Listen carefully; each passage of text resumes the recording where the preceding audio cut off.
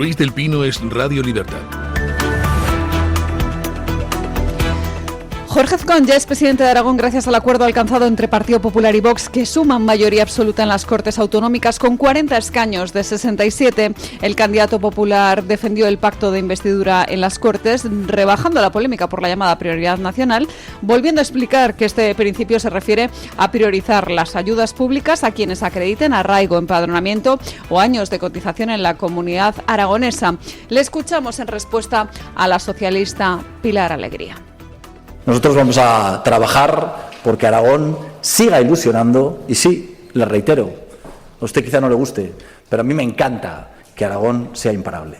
Me encanta que Aragón esté en la posición en la que se encuentra, creando empleo, generando prosperidad, mejorando la calidad de vida de los aragoneses. Sé que, por supuesto, todo no es perfecto. Sé que nos siguen quedando muchísimas cosas que mejorar, porque en estos 2 años y medio les reconozco que no hemos tenido tiempo de arreglar todo lo que ustedes dejaron. Pero creo que vamos por el buen camino.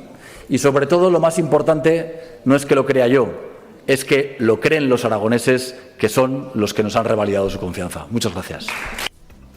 Por su parte, el líder regional de Vox, Alejandro Nolasco, reivindicó que buena parte de las políticas de su partido van a estar presentes en el nuevo Ejecutivo aragonés.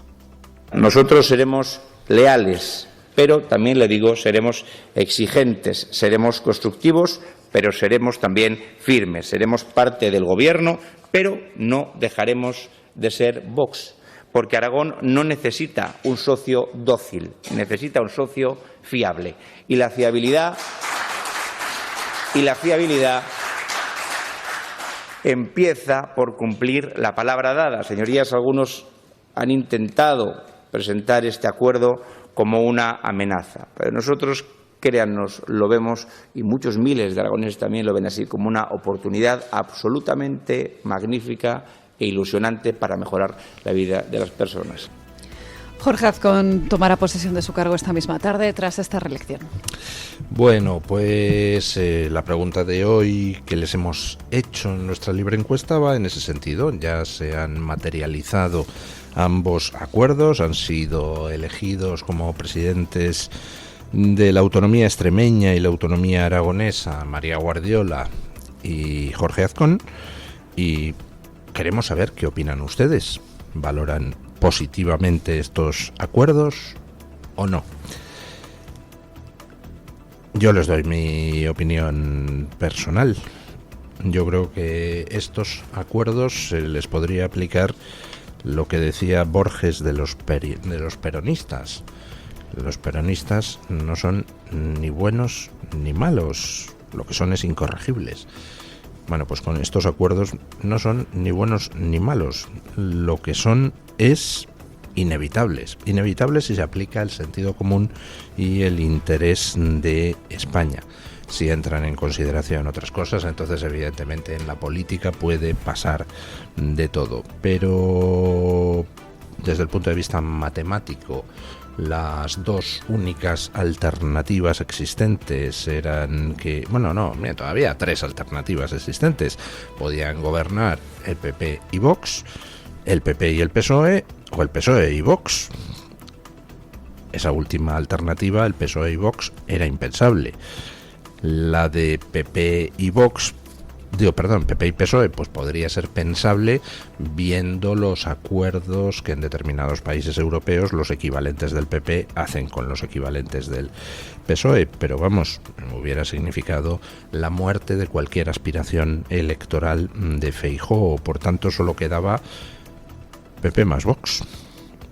Y aparte, es que es una tontería. Estoy convencido de que la inmensísima mayoría de los votantes del PP y de Vox, pues lo que quieren es que donde haya suma, pues se pueda formar gobierno. Allí donde el PP gobierne con mayoría absoluta, pues evidentemente a quien Dios se la dé, San Pedro se la bendiga, y si mañana ganara en alguna autonomía Vox por mayoría absoluta, pues 3/4 de lo mismo. Pero hoy por hoy lo que había sobre la mesa era o pacto o nada. Repetición de elecciones. Bueno, y ante eso pues era inevitable Y yo creo que ambas partes han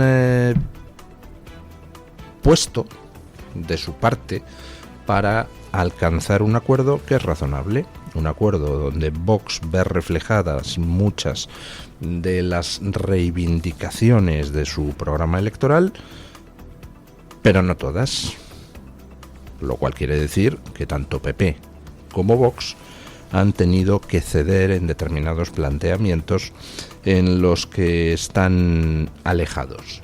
Luego ya se puede entrar a analizar si se podía, en lugar de haber cedido en tales planteamientos el PP, que hubiera cedido en otros.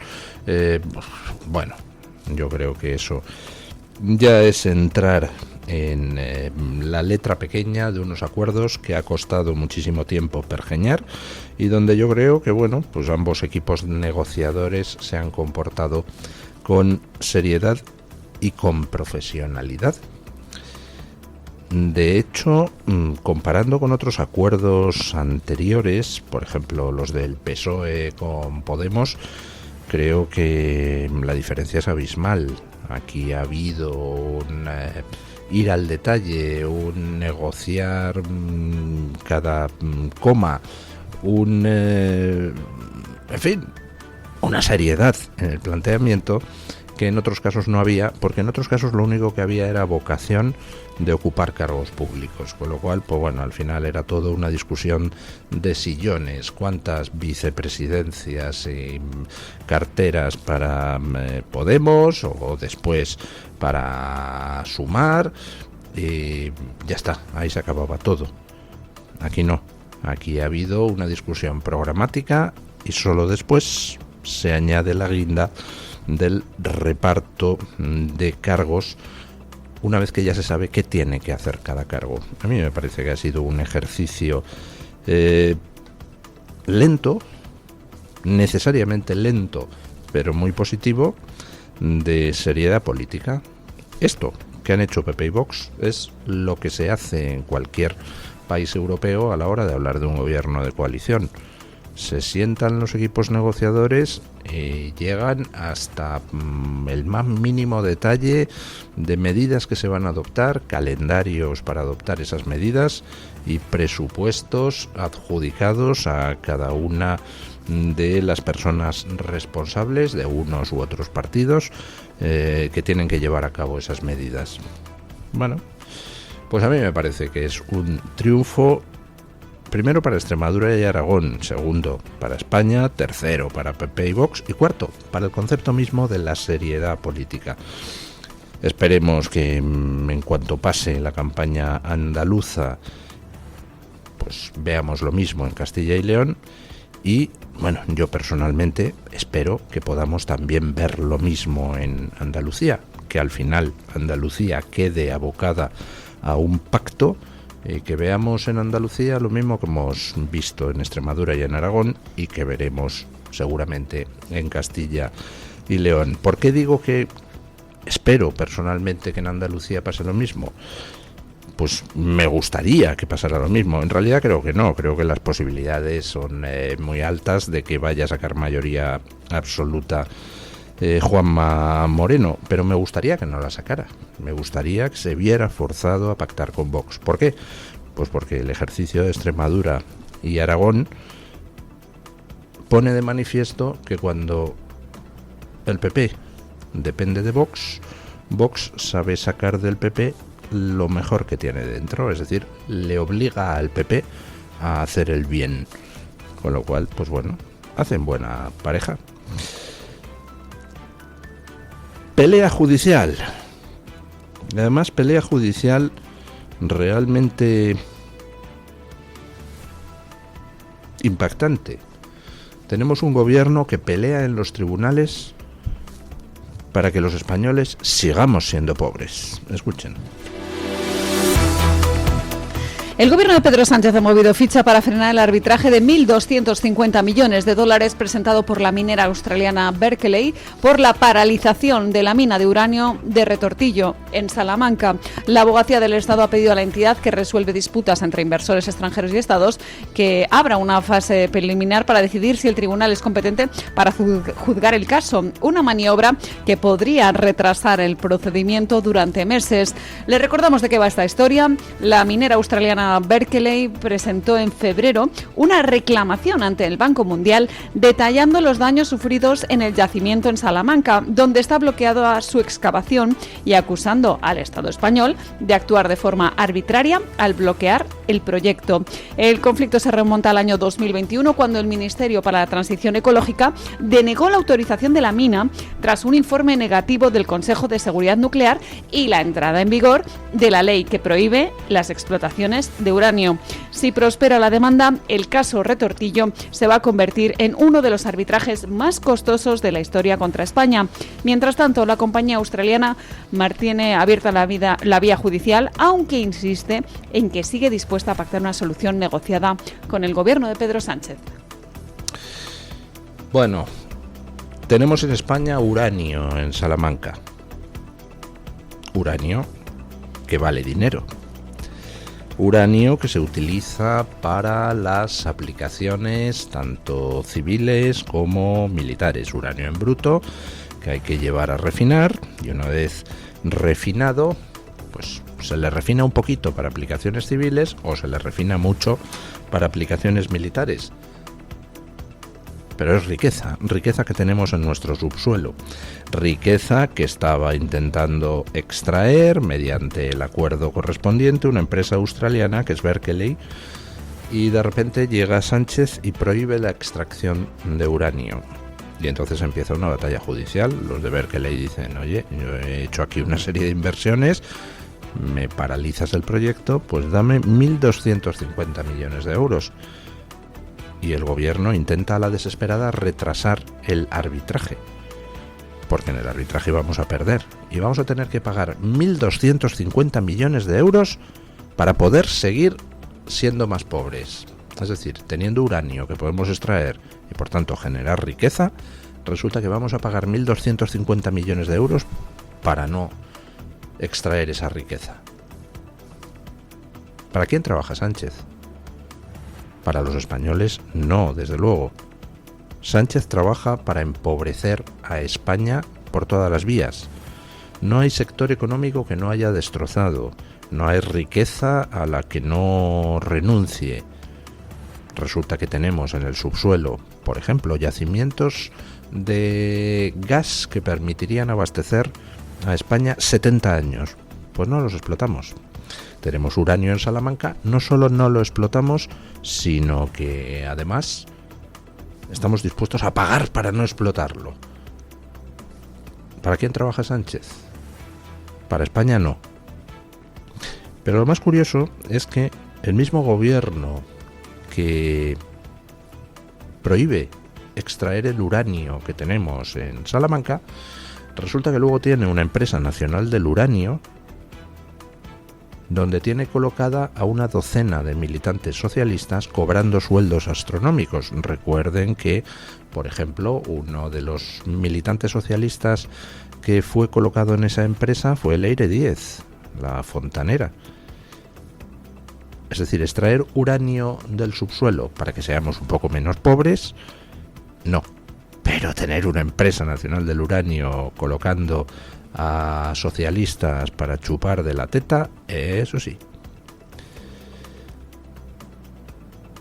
En otros tiempos, Sánchez estaría en la cárcel por traición, pero desde hace muchísimo tiempo, porque está trabajando consciente, activa y continuamente en contra de los intereses de España.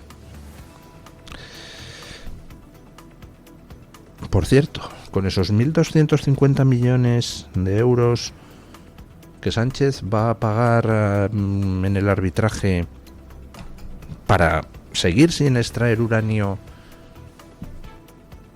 ¿cuántas casas se podría comprar a gente que no tiene?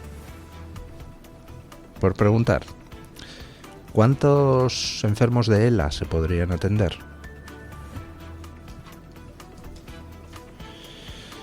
Bueno, ustedes, pues como son jovencitos, no recordarán aquello, pero hubo una época donde el socialismo, el Partido Socialdemócrata, era el partido hegemónico en Alemania.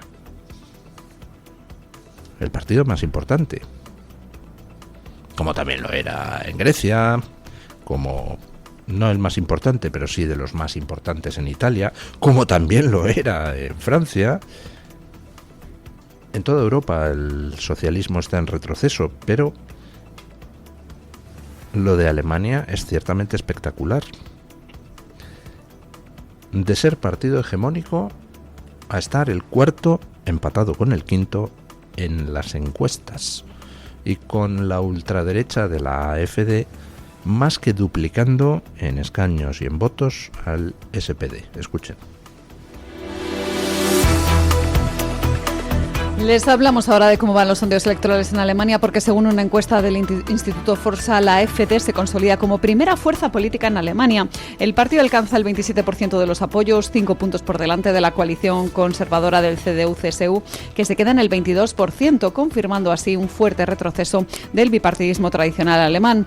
El sondeo refleja además el desplome del Partido Socialdemócrata, el SPD, que obtiene solo un 12% de intención de voto y es igualado por la izquierda, Die Linke, que sube hasta ese mismo porcentaje. Los verdes se mantienen como tercera fuerza política con un 15% de los apoyos, mientras que los liberales del FDP quedarían fuera del Parlamento al caer al 4%. De confirmarse estos datos en unas elecciones federales, el Bundestag quedaría profundamente fragmentado y con una AfD muy reforzada que, como les contamos, ya dobla al SPD en apoyos. En Alemania, por tanto, estamos ante un cambio estructural en el panorama político.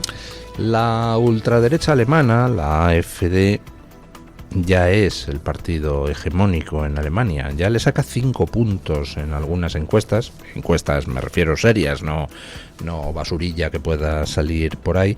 Al segundo partido, que es la CDU, el PP de allí. Ayer me decía, yo comenté esta noticia ayer en redes y me decía un oyente, ¿pero por qué llama usted a la AfD ultraderecha? Pues mire, la llamo ultraderecha porque me importan un pepino las etiquetas.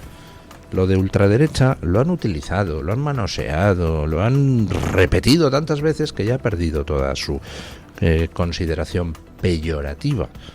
Ya a alguien le dicen ultraderecha, dice, ¿y? No sé, a mí me pueden llamar fachoso, ultraderechista, me entra por un oído y me sale por el otro. Es más, es que los días en que no me llaman algo así, pues digo, jolín, hoy no he sido suficientemente claro en mis planteamientos. Lo de la ultraderecha es ya, pues, una denominación topográfica. Indica que está a la derecha de lo que se supone que es la derecha, que es el Partido Popular o su equivalente en cada país. Y de la misma forma, pues llamo extrema izquierda o ultraizquierda a quienes están a la izquierda de la izquierda representada por el Partido Socialista. En realidad ya el Partido Socialista en cualquier parte de Europa hace mucho tiempo que no es izquierda, y la extrema izquierda pues tampoco, en el sentido clásico. Clásicamente la izquierda defendía al trabajador frente al poderoso, al capitalista.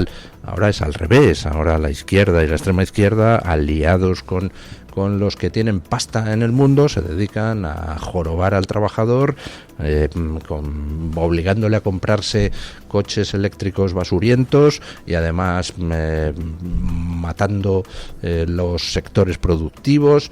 Por eso los trabajadores cada vez votan más a la extrema derecha en todos los países europeos, incluida España, y por eso hay ese trasvase de votos de lo que antes era izquierda hacia lo que es extrema derecha. Me dan igual esas etiquetas. El caso es que AfD, que ocupa en Alemania, aunque no es exactamente igual que Vox, pero ocupa en Alemania su hueco, es primera fuerza ya con 5 puntos de ventaja sobre la segunda, que es el PP alemán. Y más que dobla al Partido Socialdemócrata, al Partido Socialista Alemán. Y además es que es imparable, es que es ridículo. Intentan por todos los medios contener lo que es una crecida monumental. Baja por el río de la opinión pública una avalancha de agua en forma de crecimiento de los partidos soberanistas, y además que va a ir a más, porque en estos momentos el principal sostén de los partidos tradicionales, es decir, de la derecha tradicional, la izquierda tradicional, los PP y los PSOE de cada país europeo, pues es cada vez más la gente de más edad. El voto joven, que es el voto que va sustituyendo al otro, es mayoritariamente soberanista, pero en todas partes. Y es lógico. Resulta que tenemos unas élites que, viviendo en el siglo XXI, que podríamos tener todos una vida cada vez más cómoda y cada vez más próspera, resulta que se confabulan esas élites para, mientras ellas siguen viviendo estupendamente, imponernos a los demás una serie de restricciones de libertades, de restricciones económicas. Hombre, y los jóvenes no son idiotas, dicen, pero ¿esto qué es? Aquí esta panda de vejestorios me están imponiendo agendas 2030, me están imponiendo chorradas para que yo me sienta culpable por ser blanco y tener el pelo rubio y vivir en Europa. Ande, que se vayan a la mierda. Básicamente esa es la actitud de la juventud en todos los países europeos, y lo que quieren los jóvenes, lógicamente, es que se quiten de en medio los canallas que están consiguiendo que los jóvenes vivan por primera vez desde hace muchísimo tiempo peor que sus padres. Bueno, ¿cómo le vas a vender esa mandanga al voto joven?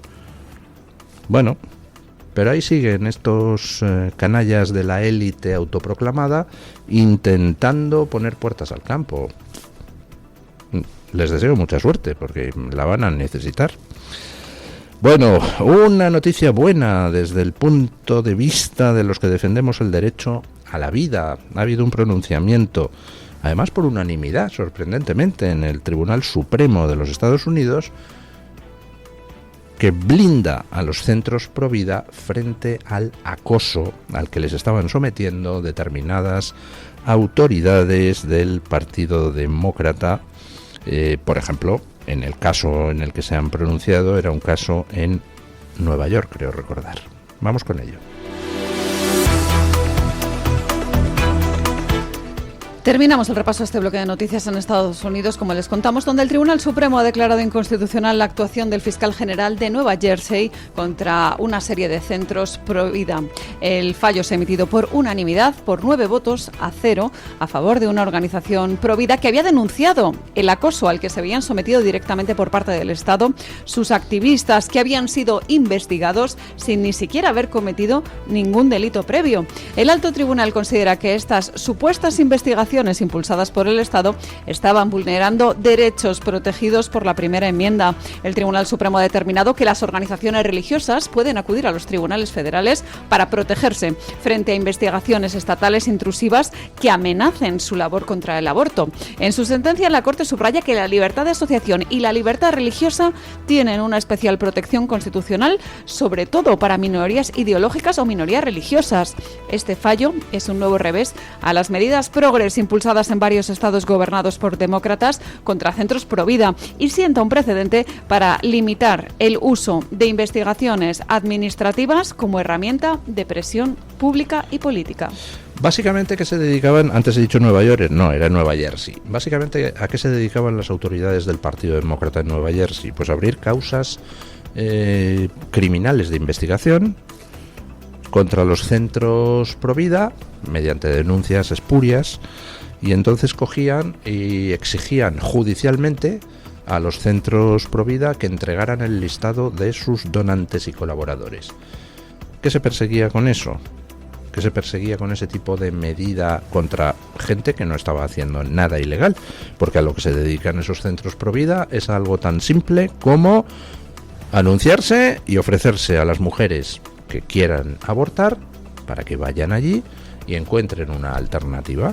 Se les ofrecía la típica prueba de latido fetal gratis, se les daba ropa de bebé, se les intentaba ayudar a encontrar un trabajo o una salida económica. ¿Cómo puede alguien ser tan malvado para querer parar la labor de ese tipo de centros? ¿Cómo puede ser alguien tan malvado como para preferir que se mate al niño? O sea, es que de verdad no me entra en la cabeza. Solamente me entra en la cabeza si es una mera cuestión de negocio. Es decir, si hay gente cuyo negocio depende de seguir practicando abortos. Bueno, pues se dedicaban a abrir causas espurias de investigación contra estos centros y a acosarles con peticiones de ese estilo.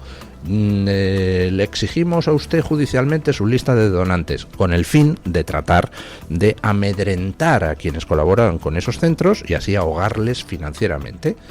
Claro, pues uno de estos centros recurrió al Tribunal Supremo de los Estados Unidos. El Tribunal Supremo, con muy buen criterio, ha declarado inconstitucional este tipo de acoso.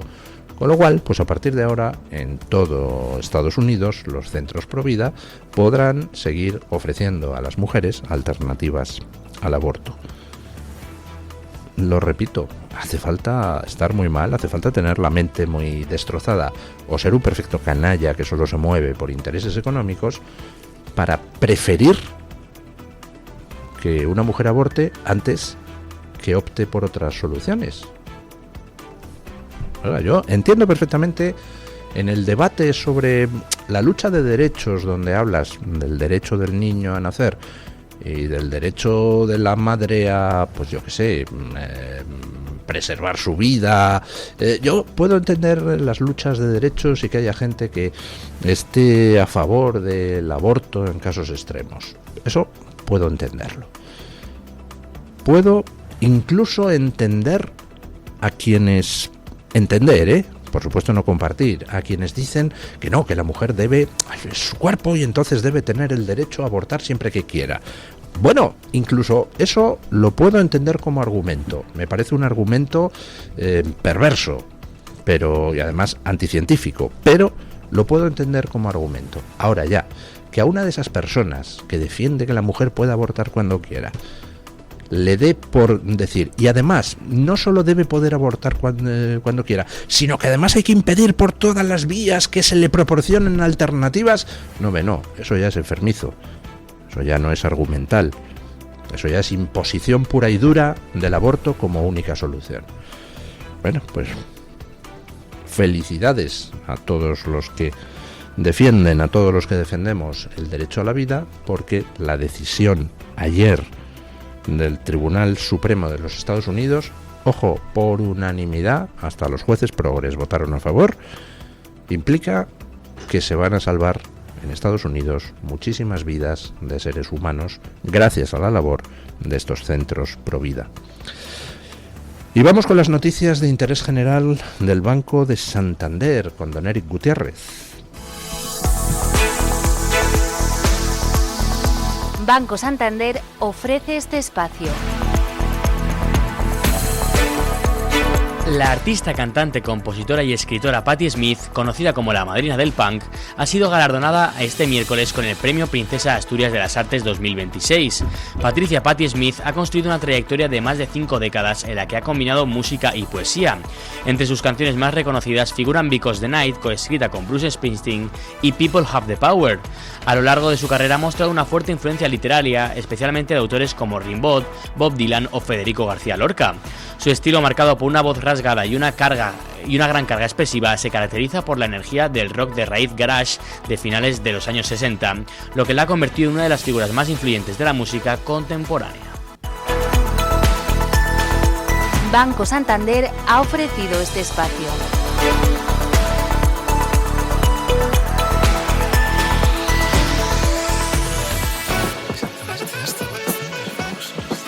Oye, ¿eso de que el Santander me da hasta 400 pavos solo por mi nómina y 2 recibos, es de verdad? Tal cual, 400 euros si traes tu nómina y 2 recibos al Santander. Me renta. ¿Y aún hay tiempo? ¿Dónde veo las condiciones? Hasta el 10 de junio de 2026. El importe está sujeto a retención según la normativa fiscal vigente y tienes todo en bancosantander.es. Vale, pues hoy me nomino. Es el momento. Santander.